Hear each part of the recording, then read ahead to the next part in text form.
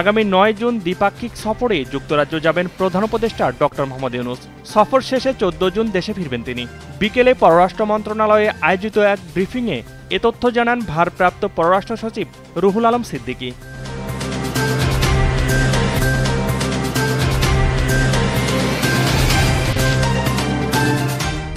এখন থেকে ভুল সংবাদ পরিবেশন করলে সরকার ব্যবস্থা নেবে বলে জানিয়েছেন প্রধান উপদেষ্টার উপপ্রেস সচিব আবুল কালাম আজাদ মজুমদার। দুপুরে রাজধানীর ফরেন সার্ভিস একাডেমিতে এক সংবাদ সম্মেলনে তিনি একথা জানান।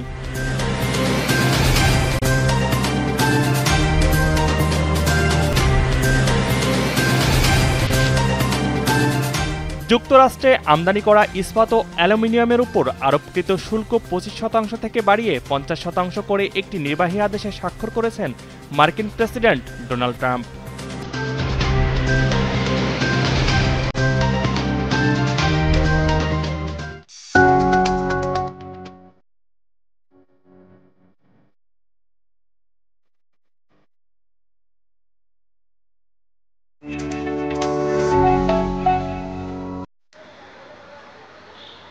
চট্টগ্রাম মেডিকেল কলেজ হাসপাতালে সৈয়দ জিয়াউল হক মাইজ ভান্ডারী ট্রাস্টের লাখ টাকার অনুদান। বুধবার সকালে মেডিকেল কলেজ হাসপাতালে ডায়ালাইসিস মেশিন সহ আরও কিছু সরঞ্জাম হস্তান্তরের এই কার্যক্রম উদ্বোধন করা হয়। অনুষ্ঠানে অতিথিরা বলেন, চিকিৎসা সেবার মান বৃদ্ধিতেই তাদের এমন প্রচেষ্টা। শাহ জিয়াউল হক মাইজ ভান্ডারী ট্রাস্টের পক্ষ থেকে বিভিন্ন ধরনের মানবতার সেবামূলক কার্যক্রম, বিশেষ করে চিকিৎসা, শিক্ষা, এইসব কার্যক্রম এবং অনেক জায়গায় যারা জীবিকা উন্নয়নে সহায়তা করে আসছি, সেরকমই একটা প্রয়াস এই যে আজকে এই চট্টগ্রাম মেডিকেল কলেজে 3টা ডায়ালাইসিস, কিডনি ডায়ালাইসিস মেশিন প্রদান।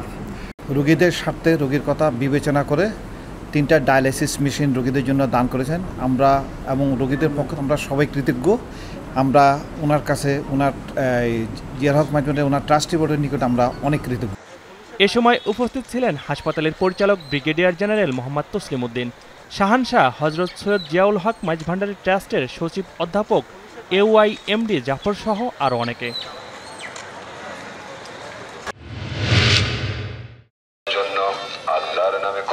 আসন্ন ঈদুল আজহা উপলক্ষে নগরবাসীর নিরাপত্তার জন্য টহল এবং সাদা পোশাকে গোয়েন্দা দল মাঠে কাজ করছে। ঈদ জামাতকে কেন্দ্র করে যাতে কোনো নিরাপত্তা ঝুঁকি না থাকে, ঈদের আগের দিন এবং পরের দিন বোম ডিসপোজাল ইউনিট মাঠে থাকবে। দুপুরে চট্টগ্রামের জামিয়াতুল ফালাহ কেন্দ্রীয় ঈদগাহ ময়দান পরিদর্শন শেষে এসব কথা বলেন র্যাব ৭-এর অধিনায়ক লেফটেন্যান্ট কর্নেল হাফিজুর রহমান। এ সময় র্যাবের ঊর্ধ্বতন কর্মকর্তা সহ সংশ্লিষ্টরা উপস্থিত ছিলেন।